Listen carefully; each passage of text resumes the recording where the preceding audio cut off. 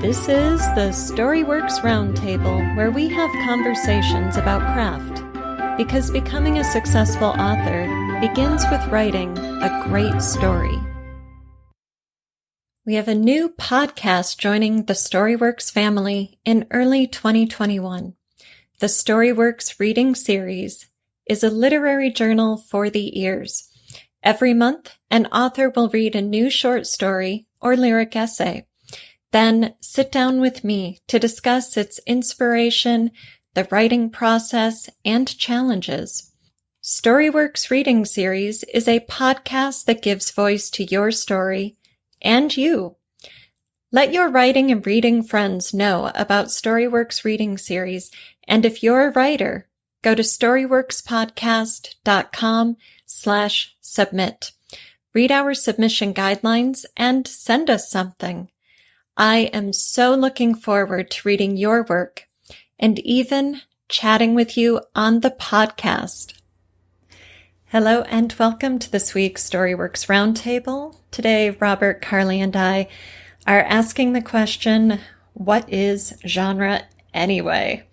So, other than a marketing category, what is genre? And also, I think there's some differences between marketing category and genre as well, where there are some areas where they line up extremely well, perhaps thriller, for example, but there are others where it's more of a marketplace and a readership than it is necessarily genre. So people, for example, will call YA a genre, but it's not really. I mean, it has some very distinctive tropes within its subgenres. But, you can have a YA thriller and you can have a YA coming of age, you can have a YA love story. So that's three different genres right there. Right. YA really targets an audience. It defines an age class of readers, basically. So what other distinctions do you see between genre as a marketing category and genre as a writing category? Well, I think genre determines what the story is trying to do. And the marketing category is simply a convenient place for it to fit on the shelf, or at least it was in the old days. So, again, I could probably go back to book browsing and, I'd head straight to the science fiction and fantasy section and spend a few hours browsing there. But within that, you're going to find all sorts of things. You'll find speculative literary fiction on one end, and on the other end, you'll find, brassy space opera, which, may be action adventure oriented, or it may be an internal arc about someone finding their way in a new universe. So I still stand by what I say, that the marketing category is a broad sweep of where something used to fit on a bookshelf. That's how we've come to think of it. But I think in craft terms, genre is something that's much more finely cut. There's a difference between a thriller and a murder mystery, for example, but you might find them sitting very closely together in a marketing category. Right. So how does that shape your work as the writer? Do you think about genre while you're writing? Do you set out to write a story within a particular genre? Robert, you said you love to read sci-fi. So do you automatically begin to write science fiction, or do you write stories that then have sci-fi elements and can be shelved there, Yeah, the latter. And I think it got drilled into me a few years ago with the story grid training, where you just keep coming back to, if you get lost in a story and you're not quite sure where you're taking it, it's often because you're not clear on genre. And in story grid, genre is very different. Genre is down to the screenwriting definition of genre, which is, is this going to be a murder mystery with a death, or is it going to be an internal arc with enlightenment or despair? So I think, anytime we talked about this before a little bit in terms of coming back to theme or what's the controlling idea of your story, which is driven ultimately by genre anyway, I guess. So yes, I definitely do. I definitely come back to it. So if I'm writing action adventure, which is probably my preferred genre, the setting is science fiction. but it's action adventure, and it'll be some subset of that, which might be person against state, for example. Or it could be person against nature, because I quite like those as well. But generally speaking, I'm interested, having always grown up a rebel. I grew up in the punk era, so person against state is close to my heart. Even though probably I'm a middle class conformist these days. Right. So has genre drilled down too much? Do people put too fine of a point on genre? Because, as you were pointing out, Robert, you could write a book that falls in the sci-fi category in, Barnes and Noble, but within that, it's going to be, person against state. It's going to be, there are maybe 3 or 4 tiers that you mentioned just in your description of what kind of story you like to write. So do we get too nitpicky with genre? Are we creating subgenres and sub-subgenres as a way to try to find a niche and, maybe make ourselves stand out a little bit from the giant outer genre category when we are marketing? I think that's where authors get confused. Because of the business side of right to market, they get confused that the market is the genre, and it's not. And so you've got to come back to story. What is the story conveying? And if the genre is action adventure, then what's at stake is life and death. So, if it turns into a romance halfway through, then we've done the classic genre mashup, and then the reader doesn't know what they've bought, and wouldn't matter which shelf it's sat on, it would be disappointing because it's not clear what the story is. So I think from the author's point of view, we have to separate the both out, which does get tricky in the self-published world, because we are being trained to write to market, because to break through commercially, we don't have the power of the big four behind us to go and force big retailers to take massive cases of books, which is really what puts them in front of eyes. The best way we can get eyes on our books is to make sure that it's very clear what it is in a very specific Amazon category, for example, to use Amazon as an example. But still, that means that you've got to then say, what am I delivering to the reader? Yes, I'm going to be in sci-fi romance. But if then within that, I end up writing a story that's all about life and death, I've not necessarily addressed the types of stories that the readers might be looking for within that marketplace.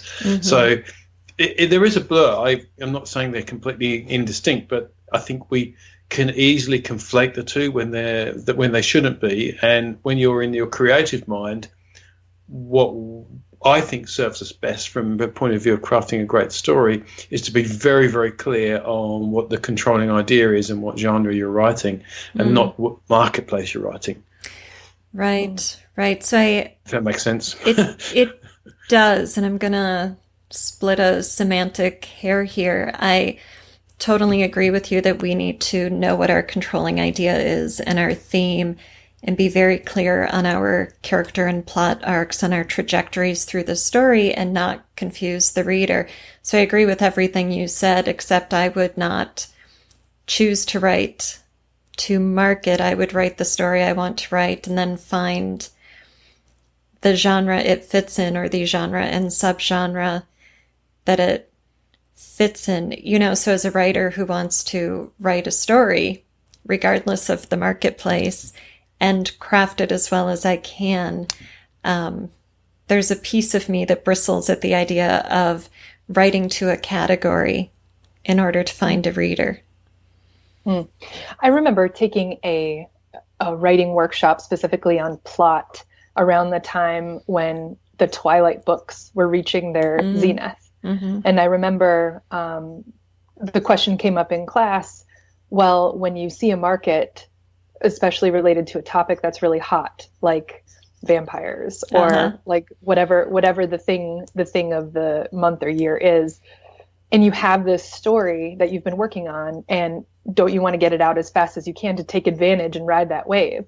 And it was really interesting because the person, the published author, leading the workshop said, well, certainly that's your choice. However, consider the speed at which these things happen. And as soon as you get your vampire story out there, the vampire wave might be gone, for example. And so her advice to the group assembled was kind of along the lines of what you're saying, Alida, which is, especially as it relates to topics, don't write something just because it seems like there's a hot market for it. To write the story that you want to write and find where it fits from a marketing perspective. Right. And so I think going back to the idea of semantics, I would not use the word genre in my vocabulary in the same way I would use theme or plot arc or whatever to help me structure and identify where I'm heading. And the topical au courant aspect of what you're saying, Carlee, just made me think of this summer looking at some of the publishers' weekly emails of what's going to press, today, what's hot this week. There were a lot of books written by authors who are people of color that have to do with social justice, that have to do with inequality in society. And it always kind of blows me away that this thing happened and here are all of these books, because I know those books weren't written last week. Not that many of them, maybe one or two or three authors can create that kind of outline and generate that word count in a month or two. But most of these people are previously unestablished authors with the big presses. And so it took them, a year for that book to be part of the press's machinery. And before that, maybe a year to find an agent. And before that, maybe a year or more, 5 years to write it. So the idea of writing anything to market, or to hot topic, to news of the day, is mind-boggling to me. Yeah, right. So again, I think we fall into the trap of confusing writing to trend, marketplaces, and genre, and in my mind, they are three completely different things. Right. So out of those Publishers Weekly things, for example, any one of those might be set in a society with a person of color battling issues of social justice, but they could be a mystery, they could be a thriller, they could be a coming of age, they could be an internal arc. So that's what I mean by genre. I think the confusion comes when somebody tries to jump on say a Twilight trend. So, vampires are hot, I'll write a story about vampires, but they missed the fact that what everybody fell in love with was an age-old love story. And it had nothing to do with vampires. Just, it was an unusual kind of cute setting. So, and, you could argue that 50 Shades of Grey exactly knew what that trope was all about. It was a hot romance of mismatched a mismatched couple that had to come to terms. I don't know. I haven't read Twilight, so I couldn't tell you. Right. Making it up as I go along now. So yeah, this is where I think it all gets very blurred, and it can confuse. I suspect it can confuse the self-published author more because we live in a much more commercial marketplace. If you join any of the Facebook groups, they're constantly talking about. Well, not constantly talking about writing to market, but getting their books sold and getting visibility, and that can be challenging, especially if you've written something that does cross a marketplace and then also meshes genre together. So then you go, how do I get this in front of people? And if it went through the trad publishing series of gatekeepers, it would probably get cleaned up along the way, because they might say, no, we can't sell a murder mystery with a strong romance subplot that's set on Mars. It's just, we can't sell it because they don't know how to position it, because they've got limited shelf space. Right. Obviously, with huge companies like Amazon, we do have the ability to drill down to tiny marketplaces where there are very specific trope expectations, perhaps. And I think that's where Chris Fox was coming from, was saying, look, if you can find hungry readers out there that want the types of story that they can't get enough of, and you can write those stories and you like those stories, that's what you want to be looking for, not jumping on trends. And people misappropriated what he was talking about to be, hey, military sci-fi is hot, get in there and write some, and that's not what he meant at all.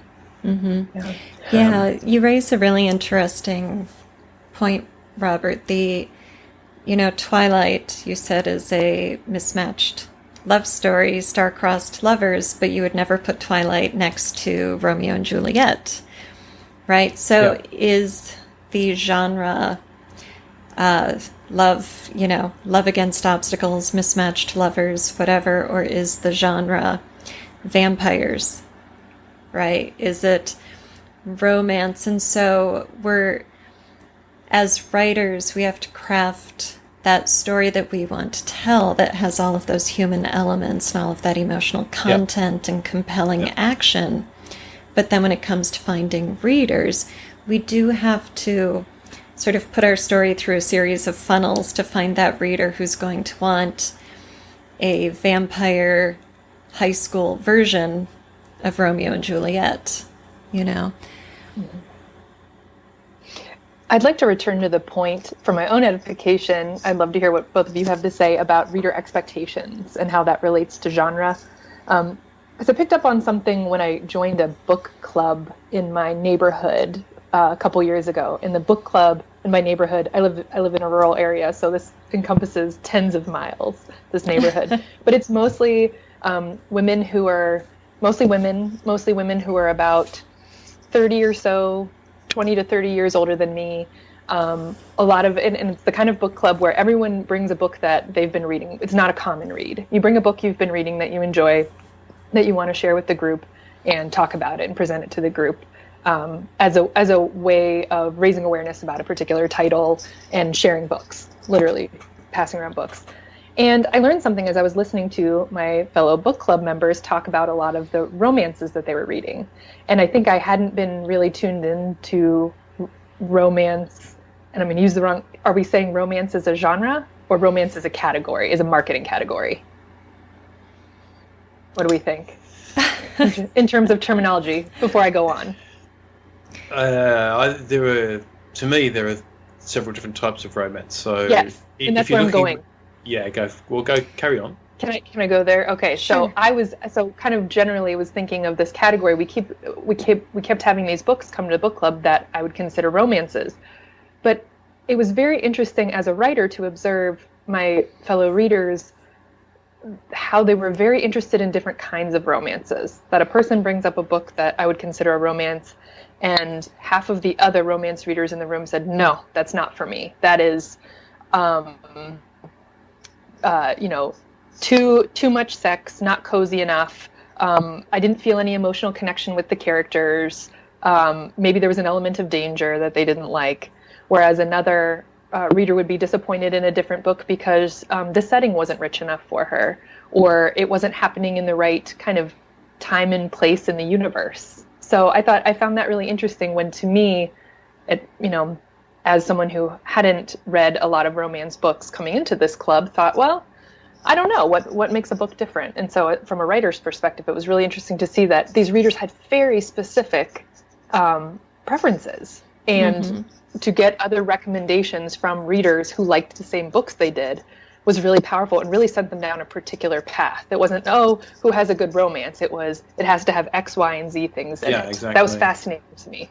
Yeah. Well, and I think that's where genre as a marketing series of funnels and genre as helping us establish guidelines for our craft come together, because you need to know which reader to reach out to, because if you get it wrong, you're going to disappoint a lot of people who end up with your book. And so there's that marketing piece, but also if you know you really love writing rich settings and non-graphic romantic scenes of intimacy instead of hot, steamy, intimate scenes, then you can look at those reader expectations and use them as a kind of benchmark to make certain that you are going to target or you are going to satisfy your readers, which, again, that little piece of me bristles and says, but I don't want to think about that when I'm writing. I just want to be like the pure artist and write the story. And I don't think it's right or wrong to be that way or the other way. It's we each have our own approach to the writing process. Those might be great benchmarks or a great roadmap for another writer who really wants that kind of structure and who really wants to think about hitting those targets as they draft their story, whereas that's just not my creative style. That's an interesting way of putting it for me, I think, is the idea of genre as structure and having targets to hit to meet those reader expectations. Mm-hmm. Yeah, I think so. I think in my mind, there are definitely genre conventions, as Sean Coyne outlines, and the more I thought about it, the more I thought that's really clear. And that some of those cross over to marketplace expectations, as you say, Carlee, especially with things like romance, where it becomes much clearer where some romance readers will demand a happily ever after, even though they know the ending in question. But then if you think about that, it's no different to action adventure. It's life or death, and realistically, most of us want the hero to win. Most of us want the hero to or at least be successful, win but lose. So they win the overall story, but they lose something in the execution because there was a cost. And so I think those conventions and expectations are hugely important. Particularly, they become your guiding light, I think, when you're both drafting and revising to say, okay, my artistic feel, the thing that I was channeling when I produced my art, how do I now shape that it meets as many expectations as I felt it should when I came up with the idea for it. And I don't mean, Alida, that we should necessarily go back and say, oh, okay, I should take that thing, where the elephant comes in from the jungle and tramples the village. I should take that out because it can disappoint people. Right. It's sort of like, okay, I need to know what my story is aiming for, and if that ends up being a genre which is confused, then I think we will struggle to have to address reader satisfactions. If what starts out as a love story then barrels into some kind of suspense and ends in a thriller with the victim at the mercy of the villain, then the readers might be scratching their head at the end going, well, what did I just read? Right. Right. Yeah. And I, as I'm listening to our conversation too, I was thinking about my mysteries because obviously they are genre fiction. And I didn't start writing them thinking, well, I don't want to have a body at the opening because I don't like genre conventions and reader expectations. I had that framework in mind, but then I also played with it and wrote what I wanted to. And so it was maybe more of a subconscious roadmap than one I was actively trying to target. And my stories, instead of being a whodunit or a howdunit, because I'm right up front with that throughout the book, it's a whydunit. And it's a now what? Like, okay, if you know who the killer is and who's dead, and that his cross is pathing with my protagonist, but now what? How is that going to unfold for these characters? Yeah. And so I was able to play with my approach to those genre conventions and reader expectations. And so, for me, if I can just put them in the subconscious trunk of my mind and then go play, I'm happy. But I'm not consciously pushing against them or rejecting them.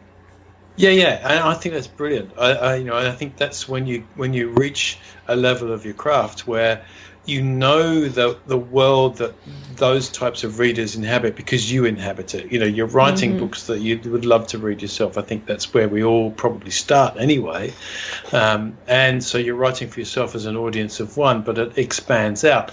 And which is why when people say, oh, I really want to write, say, you know, I want to write police procedural. Say, okay, well, have you read any? No. Right. My first recommendation would be, well, go and, you know, read the top 20 bestsellers at least. So you get a feel for how that genre plays out. And you're very clear about that, Alida. Okay, I know the expectations are body in chapter 1, you know, or in the first 20% or whatever. But if you know what's expected, you can play with it and innovate. And that's where I think really delightful stories come from, because you're firmly within the genre, and you can feel that the author's played with this. You can feel that the story is bringing it, but you don't know how. And that's the exciting thing, I think. So, right. and that does take a level above, which is why I posed the question, you know, so what is genre? It's so nebulous. It's both clear and unclear, and gets so confused with marketing categories that people forget that, you know, writing a love story isn't the same as writing a romance with a happily ever after. Right. Now, Carlee, you've written a YA sports novel, correct? So yes. Did you have genre expectations or reader expectations in mind when you wrote, or were you, you know, happily oblivious to that aspect and just writing the story you wanted to tell? What was your approach? It's interesting because I didn't know at first that I was writing a YA novel. That I started writing this story. It turned out that the hero of my story was a 17-year-old girl who plays basketball. I knew that sports would be an important part of the story. And so then, I guess to answer your question more directly, when I got to the point of revision, I think I became more aware of what some of the genre expectations were for YA, for one, or I should say, in a coming of age, because I think in the context of our story, I would call this genre coming of age. Yes. In the YA category, or in the YA marketplace, understanding what some of those expectations and what some of those conventions were. And also, interestingly, I learned along the way, with some valuable reader feedback, what some of the tired tropes of both the genre and specifically of the YA in the YA world were. One of them was shocking to me because it was the grief and kind of post-life guidance of a grandparent. And I thought, well, this Grandma Benny is really important in this story. It turns out there are a lot of Grandma Bennies out there in YA literature. But that was useful to know. I didn't know that. You know, I hadn't read contemporary YA literature enough. I had loved it when I was younger, when I was in that marketplace category, age-wise. The sports piece of it is interesting too, because I think that's where I felt I had the most play space. That's where I felt like I had some intuitive command of what's expected of a sports action story, which I think Carlee, helped me you froze for a second. Yes. You froze for a second. You think you had some, and then it broke up. I don't know if it broke up for you, Robert, but just in case it broke up on the recording. Okay. So I think with the sports part of the story, I had a more intuitive sense of what some of the expectations of a sports action story required, or what was expected from a sports action story. I think as a result, I chose a point of view that worked, because I think that's something too, in order to kind of properly convey or in an exciting way convey what's happening in these sports action scenes and these, you know, competitions. Having the right point of view kind of makes it easier for your character to move around.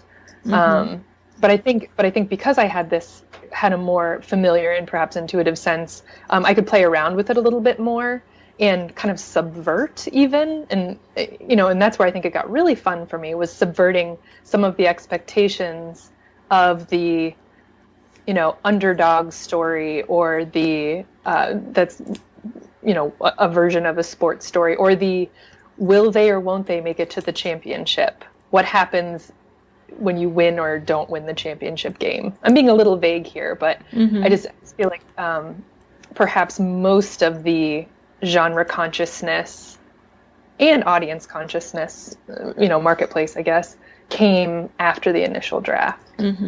Interesting, yeah, because you would have had an overall education plot, which is probably what coming of age is. It's a worldview education, so there's that sort of revelationary, hey, it's still different to how I thought it would be, and so hopefully we wise up. But it was underpinned by a sports performance genre, which is really interesting. So that's and it sounds like you became very clear about that once you were back in revision mode. So you understood how one affected the other, and I like the idea of subverting it. You reminded me of it's a movie, but Bring It On, the cheerleader competition movie. Yeah. Have you seen that? Yeah, that's a wonderful performance story, but it's also.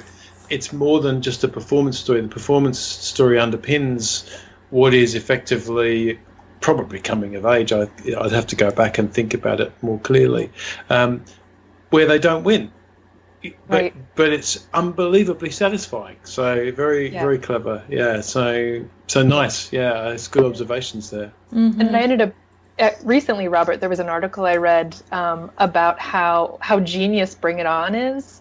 As cultural commentary or commentary about cultural appropriation, that there's this idea that in this cheerleading universe, cheers are stolen, right? And it's stolen from one school that's of this, privileged, well-heeled community from a kind of scrappier school in a different part of Los Angeles. And there's a racial element. I mean, it's really like something that seems like it would be cheerleading competition on the surface.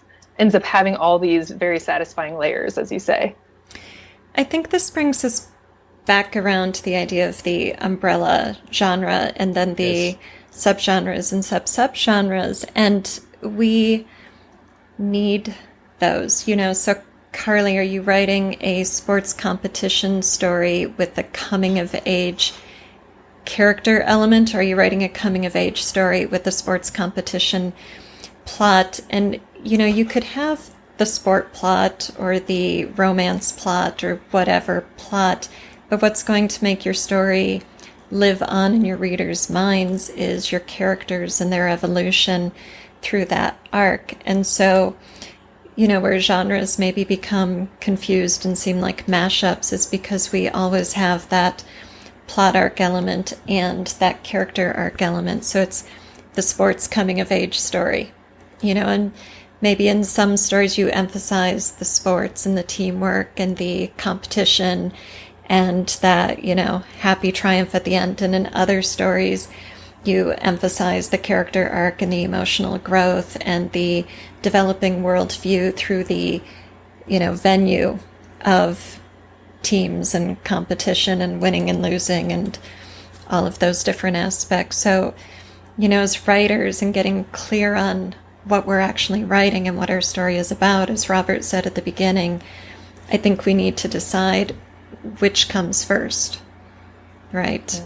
Am I writing a story of personal evolution, that coming-of-age piece, or am I writing a story of underdog triumph, that sports piece? Totally, yeah. And it's exactly the point I wanted to try and clarify, because I think that is what gets confused with writing for marketplaces.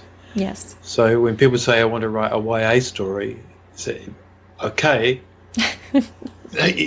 So you want people who like YA literature to be interested in it. What type of story are you going to write that appeals to them? Because there are, you've got Twilight YA and then you've got John Green Fault in Our Stars YA. So, what end of that spectrum is your story pitching at? No, it's just going to be this beautiful, young adult. Hunger Games. I don't know. Where are you going to go with that? Right. So, all we know probably is that the marketplace itself would expect an age range of a protagonist. And probably having them, pitted up against the world in some way, shape or form, whether it's an intimate world like a love story or a big world like a Hunger Games. But outside of that, you've got to then pick, how am I driving this, as you say, Alida? Is it going to be coming of age, or is it going to be a sports performance? Mm-hmm. And both could fit within YA, as Carlee has clearly articulated. I think that's a great reminder, or a great way to think about it is, what is driving this story? What is the thing? What is at the heart of it? Yes. So we don't get confused about what our genre or our purpose or our audience is. Yeah. Right. Those are the words of wisdom. If you just listened to the Storyworks Roundtable, chances are you're a writer.